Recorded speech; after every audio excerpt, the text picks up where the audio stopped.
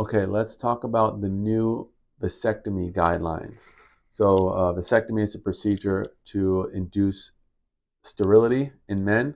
A lot more videos talking about vasectomies in general, but I want to highlight the new updates to the American Urological Association guidelines that just came out in January 2026.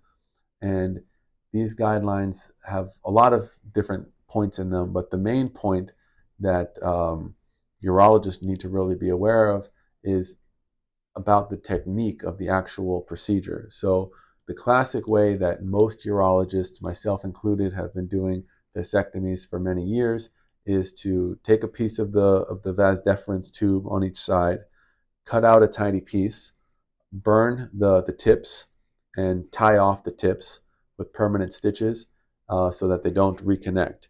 Now, when you do that, 99% of the time, everything goes smoothly. And when you have your semen analysis a few months later, there's no sperm in there and the tubes never reconnect on their own.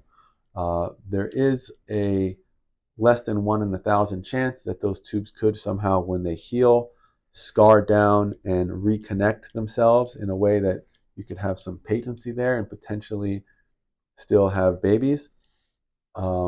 It's extremely rare, but it can be really bad news if that happens to you. So the new guidelines emphasize a slight modification of the technique that should decrease the chance of that happening, as well as other issues with the procedure. And so that modification to the technique is called tissue interposition.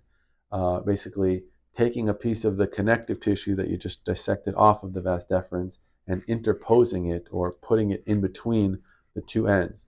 So basically, once you've cut the piece of the vas deferens out and you've burned and tied the two ends, basically you take a piece of the connective tissue and you basically put some absorbable stitches in it in a way that you cover the tube so that there's now kind of a physical barrier between the two tubes to really prevent them from reconnecting.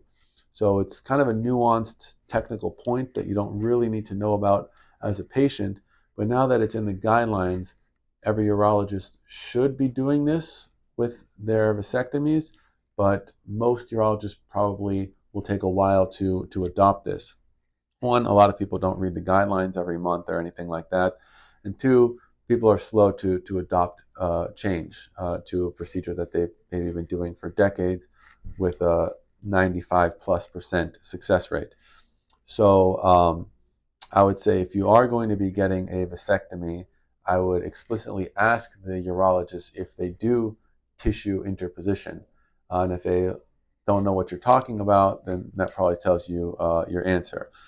Um, in my personal opinion, kind of off the guidelines, I think it's a little bit harsh for the guidelines to say you have to do this when people have been doing it without high complication rates without it. But in the defense of the guidelines, there is now evidence that doing this helps lower the risk of complications. And if there's something quick and easy that you can do that lowers the risk of complications or of those tubes reconnecting, then you should probably learn how to do it and start incorporating that into the practice. So it's just one more thing to be aware of.